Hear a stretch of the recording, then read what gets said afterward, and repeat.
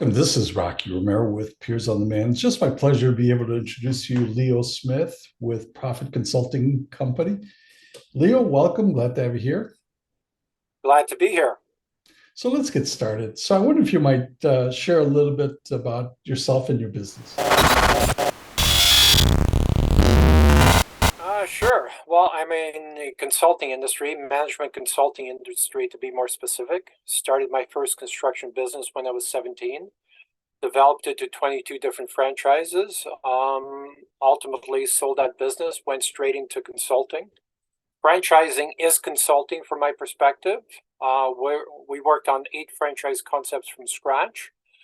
And I always like it when a client has the idea that they want to franchise their business because that tends to be our ideal client, I think. Well, so I'm curious if you might be able to share a story, somebody that's received tremendous value by working with you. What would that be? Mm, I'm thinking of a client that had been in the roofing industry for 26 years. He actually flew in to meet with me after a number of conversations on Facebook or LinkedIn. I forget which one. We met for lunch. My girlfriend and I met with him and his wife, and within 10 minutes, I could clearly see burnout in his face because how can you operate a roofing business for 24 years at that point without burnout? So we had a polite conversation, lots of drinks, lots of joking around and stuff like that. But I stated seriously that the only way to get rid of that burnout was to redesign the company, get it to the next level, sell the company, start 4 or 5 other companies, design those properly, sell those companies, from 500 to $600,000 each. And the wife loved that idea because it meant that she had him and the kids had more of his time. And that was the starting strategy. And we're still working with that client. That client was doing 2 million. That client was stuck under $2 million for 24 years. He was stuck with a glass ceiling that he had created under $2 million. And the problem was that he could never find enough quality people to justify growing the company or to grow the company. So each year, and this was really frustrating for him, each year every second or third year, he would refinance the house because it was a seasonal business.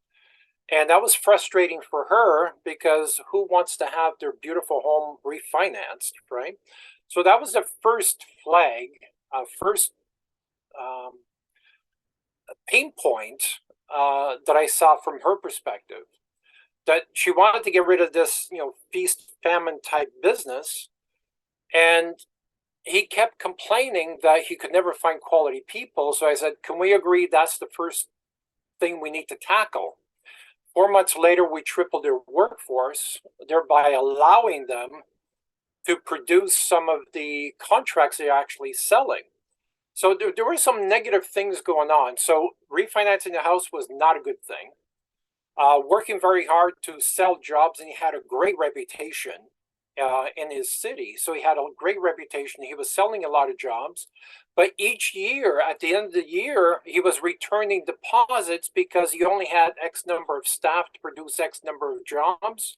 And it was frustrating that he would pay commissions to one of his salespeople, then return deposits and start all over again next spring, right? So um, and again, he agreed this is something we have to change, and that was part of selling the business and taking it to the next level. But first, we had to train people. Aside from the core group of people he had, we had to get beyond the core group.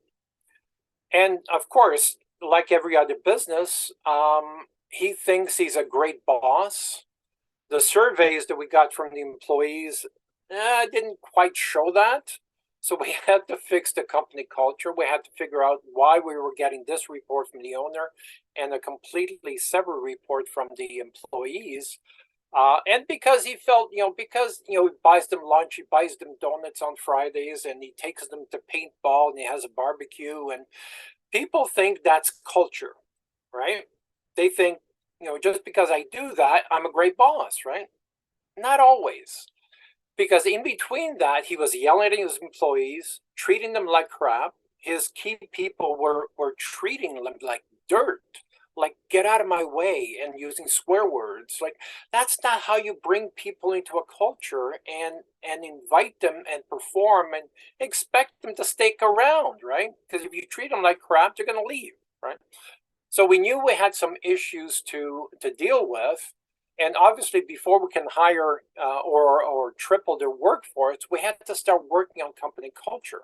We had sensitivity training. We had to teach the core group of people that respect. Just because you were treated that way when you first got into the construction business 20 or 30 years ago, it doesn't make it right. It doesn't make it right because you were treated that way. Everyone wants to be treated with respect. Everyone wants to be part of something greater than themselves. So we had to sensitize the people that were in the company, but at the same time, even though the training isn't always 100%, so we had to separate the new employees from the old employees and create a barrier so we didn't contaminate the new employees. But we got this going, and we tripled their workforce. We increased revenue. And one of the things they had another mental block was about subcontractors, right? As soon as I mentioned subcontractors to him, he wanted to rip my head off. Like, how dare you suggest I use subcontractors? Well, if you can't hire quality employees, to justify the volume that you have coming in, then the next best option is subcontractors. And by the way, if you want to control your production costs, the best way to do that is with subcontractors, right? A set rate. If you take an extra day or half a day or an extra hour, it doesn't cost you a penny more, right? So he was dead set against it, and we fought tooth and nail to get him to accept. And we said, let's try one. Let's try one. Once he tried one, now most of his work is subcontractors, and he still has the core group. But he's no longer stuck under $2 million. Now he anticipates he's going to do $5 million this year. So the expectation that he had to sell the company, now he's thinking, why do I want to sell a company? Now it's a goose that lays golden eggs, so I don't want to sell it. So the people who are working with to cultivate your interest in buying the company, now they're being strung along because now the price of the company keeps going up, and I look like I have egg on my face because he keeps changing his mind. So that's a long story, but you asked, what does a typical client get from us? That's kind of typical. We work on branding, we work on differentiation, we work on business blueprint, we work on a solid foundation. And the example that I have is most companies try to build an airplane while they're flying, right? It's easier to build an airplane on the ground before you need the airplane. Once it's built, then learn how to fly it, right? What I'm trying to say is most people, try to run a business and design and build a business while they're trying to operate a business. If you separate those two tasks, it becomes a lot easier. That you were able to triple the income and the volume of business that he's having. So I'm curious if perhaps you could share who would your ideal client be or what their profile might be? It's to be business owners, from $1 million to 20 million. Even though we did get 3 companies to $100 million category, we've analyzed companies in that category. It's really not our sweet spot. Those are extremely rare. We are designed for a company who is around $1 million, still has their head underwater because it's hard to be profitable at $1 million, because even though you may be profitable at 800,000, you still don't have the infrastructure in place, which means when you put in the infrastructure, now you're back underwater. So we create those strategies to get way above water, so you're profitable with infrastructure. And it doesn't mean that you're working 60 or 100 hours a week, because now you have the infrastructure, you have people you can delegate to, right? You have people you can delegate to. Now you're operating this business from your cottage, from your boat, Or another client who travels to 38 countries every year surfing and playing beach volleyball while his painting company works for him.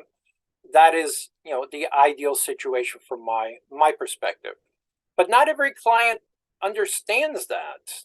I have to trust people. I have to trust people with my brand and my baby, and that's really difficult for a lot of people, because a lot of these companies have been operating for 10, 20, 30, 40 years, and all of a sudden I'm asking them to change. Change is very, very difficult, and most people think, yeah, I love to change. No, you don't. Most people don't like to change. It's terrifying. Change is terrifying. It literally is. Well, certainly there's a lot of other people who love to be able to connect with you and reach out to you. What's the best way for somebody that wanted to work with you to connect with you, Leo? I invest a lot of time and energy on Facebook, especially Facebook groups. So copy and paste my name, Leo George William Smith, to Facebook or even YouTube. I have 500 videos on YouTube you can have a look at.